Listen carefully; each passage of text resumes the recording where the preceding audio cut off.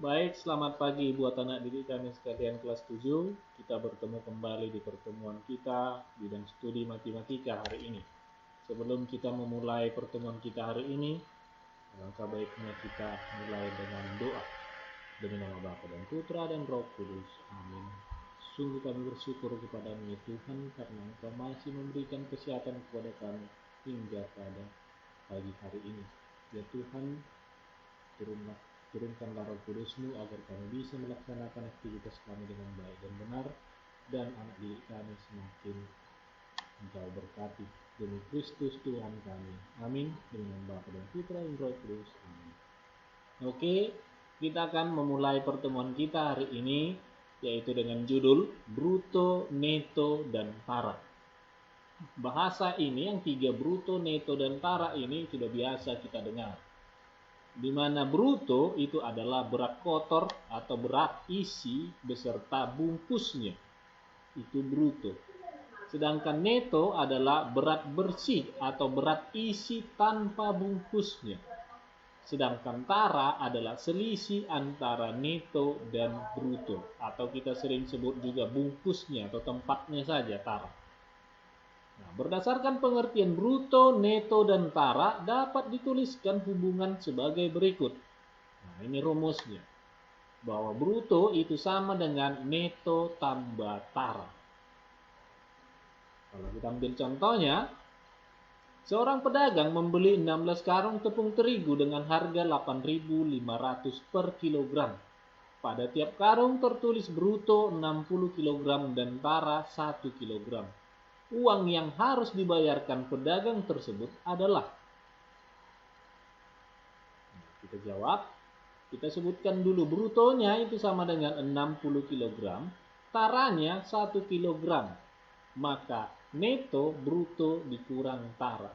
60 kg dikurang 1 kg ini sama dengan 59 kg. Maka berat netonya itu adalah berat bersih 59 kg. Maka kita cari harga tepung. Harga tepung secara bersih ya, bukan ikut dihitung taranya. Maka itu sama dengan 16 karung dikali 59 kg dikali 8.500. Maka ini hasilnya adalah 8.024.000. Maka pedagang itu harus membayar 8.024.000. Masuk kita ke berikutnya, bunga tunggal dan pajak. Yang pertama adalah bunga tunggal.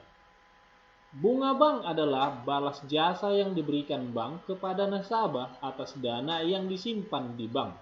Besarnya bunga bank biasanya dinyatakan dalam bentuk persentase dan dinamakan suku bunga.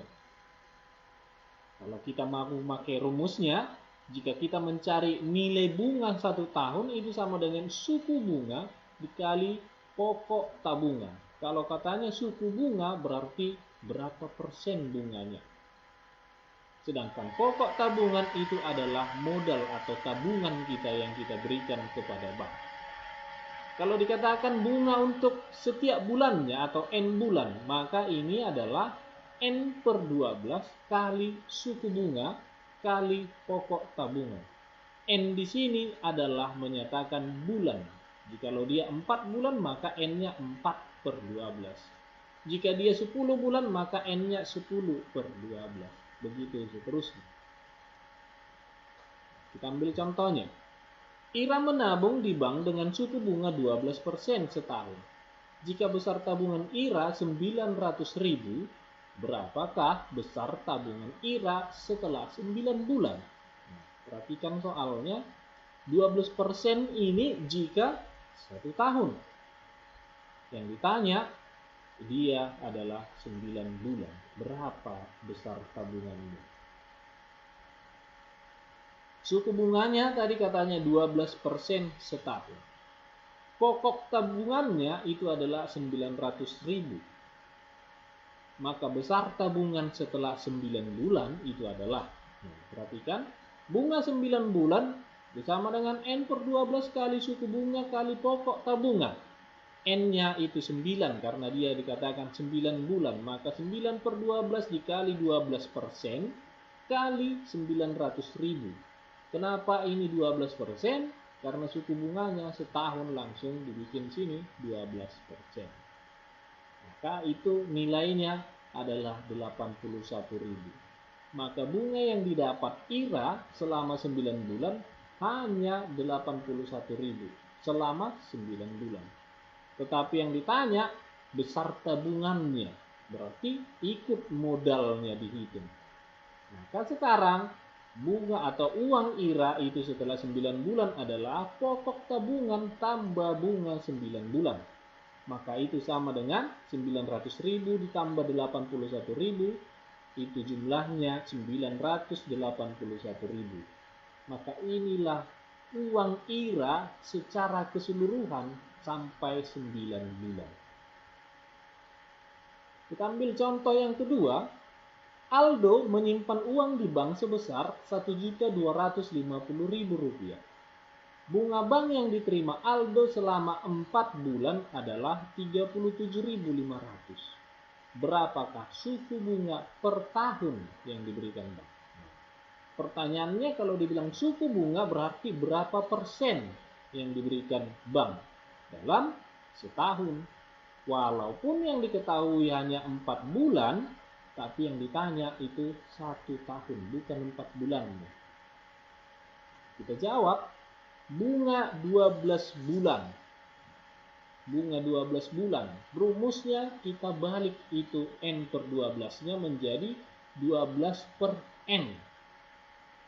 Maka 12 per N. N-nya dari mana? 4 bulan tadi yang si Aldo dapat bunga. Maka 12 per 4 dikali 37.500. Maka itu besarnya adalah 112.500. Maka bunga yang sebenarnya diterima si Aldo selama 1 tahun itu 112.500. Tetapi dia dikasih tahu di dalam soal ini yang 4 bulannya saja. Jadi kalau ditanya bunga 12 bulan bagaimana? Ya 112.500. Inilah 1 tahun bunganya. Tapi yang ditanya suku bunga. Kalau yang ditanya suku bunga berarti hubungannya dengan persen. Maka kita lihat suku bunganya. Suku bunga sama dengan bunga 1 tahun per pokok tabungan kali 100%. Kita masukkan atau kita substitusi, bunga 1 tahun itu 112.500 per pokok tabungannya 1.250.000 dikali 100%. Maka 112.500 dibagi 1.250.000 itu sama dengan 0,09 kali 100%. Ini hasilnya 9%. Jadi suku bunga per tahun yang diterima Aldo adalah 9%. Jadi buat anak didik kami, tolong diperhatikan materi ini. Jangan kamu tonton pause baru kamu tulis. Bukan begitu cara memahaminya. Tapi kamu tonton dulu secara keseluruhan. Baru putar balik dari awal, maka kamu tulis di buku catatan dengan rapi. Ingat, buku catatan harus buku berpetak. Jangan berulang kali kita nak diingatkan untuk pakai buku berpetak. Terima kasih.